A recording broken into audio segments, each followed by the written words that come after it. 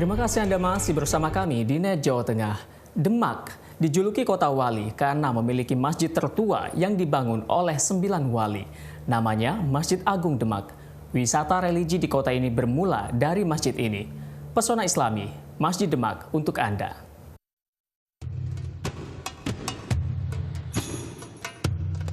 Syarat akan sejarah Islam, kota Demak di Jawa Tengah menjadi salah satu tujuan wisata religi di Indonesia. Demak merupakan kerajaan Islam pertama di Pulau Jawa, kerajaan yang didirikan Raden Patah di tahun 1475. Kejayaan kerajaan Demak membawa pengaruh para perkembangan Islam di Pulau Jawa. Salah satu bukti peninggalan sejarahnya adalah Masjid Agung Demak. Masjid tertua di Indonesia ini dibangun oleh Raden Patah dan 9 wali. Awalnya masjid ini merupakan bagian dari pesantren Gelagah Wangi dan sudah dibangun tahun 1466. Di tahun 1477, masjid direnovasi menjadi Masjid Kadipaten Gelagah Wangi. Seiring dengan makin pesatnya penyebaran Islam di Pulau Jawa, masjid ini tak mampu lagi menampung jemaah. Tahun 1478, masjid pun dipugar dan diresmikan sebagai Masjid Kesultanan Bintoro Demak. Kini masyarakat lebih mengenalnya sebagai Masjid Agung Demak. Seperti apa sih perkembangannya Islam di Pulau Jawa yang berhubungan dengan Masjid Demak ini, Pak? Setelah di Demak ini menjadi kesultanan dan ada bangunan masjid yang begitu megah, otomatis penyebaran agama Islam para Wali Songo dan Raden Patah ini lebih leluasa, lebih meluas, lebih menggeliat dengan cepat. Dari awal dibangun, atap masjid sudah berbentuk piramid dengan 3 tingkat gunungan. Bentuk gunungan merupakan akulturasi budaya Hindu Jawa dan Islam. Penyatuan ornamen antara Jawa dan Islamnya itu khasnya dari Masjid Demak itu di mana sih, Pak? Arsitek bangunan Masjid Agung Demak ini dibentuk mungkin mengadopsi dari Jawa, yang mana di Jawa ini sudah ada ajaran agama Islam oleh Wali Songo, ada Hindu, ada Buddha, dan ada Kapitayan. Sehingga bentuk ini tidak mengagetkan masyarakat luas, sehingga menyatu, tidak memberikan kesan oleh masyarakat yang masih meluk-meluk agama lain, kok ada bangunan masjid, kan awalnya nggak tahu kalau itu masjid kan gitu. Suasana religius terasa begitu memasuki alun-alun masjid.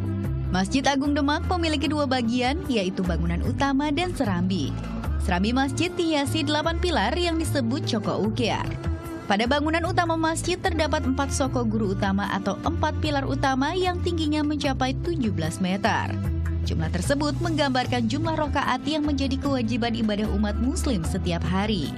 Pilar tersebut merupakan wakaf dari 4 wali Songo, yaitu Sunan Ampel, Sunan Gunung Jati, Sunan Bonang, dan Sunan Kalijaga. Uniknya, dari keempat pilar, kayu yang diberikan Sunan Kalijaga hanya setinggi 11 meter, sehingga untuk menutupi 6 meter kekurangannya, digunakan potongan-potongan kayu yang diikat rumput. Hampir seluruh bangunan masjid masih asli seperti pertama dibangun. Mihrab masjid dihiasi gambar kura-kura yang menandakan pembangunan Masjid Agung Demak di tahun 1400 Saka atau 1479 dalam Masehi. Di sekitar mihrab terdapat gambar matahari yang merupakan Surya Majapahit, lambang kejayaan, kebesaran, kemasyhuran Kerajaan Majapahit. Penggunaan lambang Majapahit tersebut merupakan penegasan kebesaran Raden Patah sebagai penguasa penerus Kerajaan Majapahit. Di kiri dan kanan mihrab terdapat gambar akar mimang yang tidak berujung pangkal dengan bintang di tengahnya yang diartikan sebagai kehidupan. Sesulit apapun kehidupan, jika kita mendekatkan diri ke Yang Maha Kuasa, maka akan mendapat jalan dan kemuliaan dunia dan akhirat.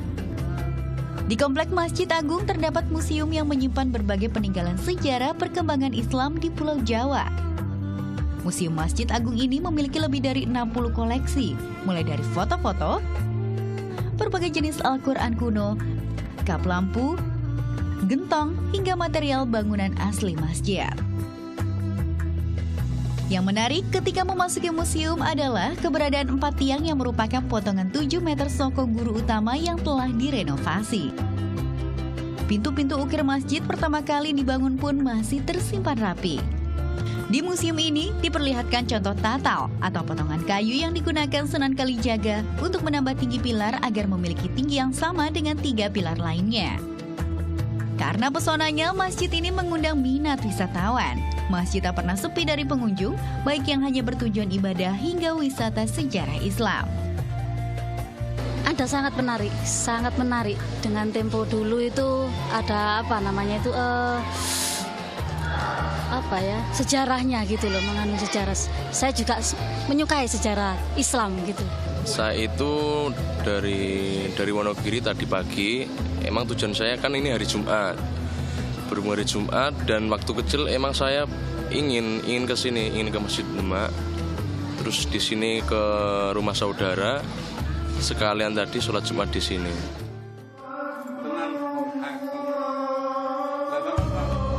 Pengunjung yang keluar masjid akan diarahkan melewati komplek pemakaman raja-raja. Yang dimakamkan di sini merupakan keluarga kerajaan Kesultanan Demak beserta kerabatnya. Setiap hari selalu ada pengunjung yang berziarah ke makam raja-raja Demak ini. Peziarah biasanya ramai pada bulan Rajab dalam kalender Jawa dan menjelang bulan suci Ramadan.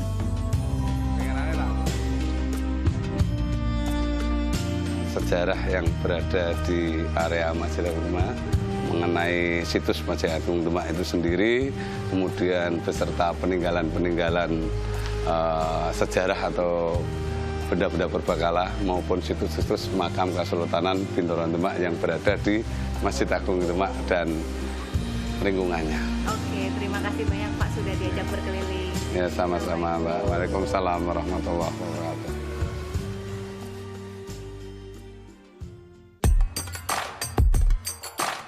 Mengarah keluar komplek masjid, berderet toko-toko yang menjual souvenir masjid. Berbagai seni ukir dan kaligrafi dijajakan penjual. Asalnya tak hanya dari Demak, melainkan daerah sekitarnya seperti Kudus, Jepara, dan lainnya. Tapi jika ingin memilih buah tangan khas Demak, kaligrafi menjadi pilihan yang tepat. Ya, setelah tadi kita berkeliling di Masjid Agung Demak dan juga melihat sejarahnya di museum, jangan lupa untuk membeli oleh-oleh khas Kota Wali yaitu kaligrafi. Selain membelinya di toko-toko seperti ini, kita juga bisa membelinya di pengrajin yang ada di Desa Tembiring. Desa Tembiring terletak tak jauh dari Masjid Agung Demak. Kaligrafi dari desa ini dikirim ke berbagai pulau di Indonesia. Kaligrafi yang dijual di sini ada 2 macam, yaitu kaligrafi dari kaca dan kuningan atau logam. Semua kaligrafi dibuat manual tanpa mesin. Kaligrafi dijual mulai 25.000 untuk ukuran paling kecil hingga jutaan rupiah untuk kaligrafi berbahan kuningan. Ribuan kaligrafi setiap harinya dihasilkan dari sini. Jika berkunjung ke Kota Wali ini, kaligrafi merupakan pilihan tepat untuk dibawa pulang. Nurni Sarafina, Henry Hardi melaporkan untuk NET.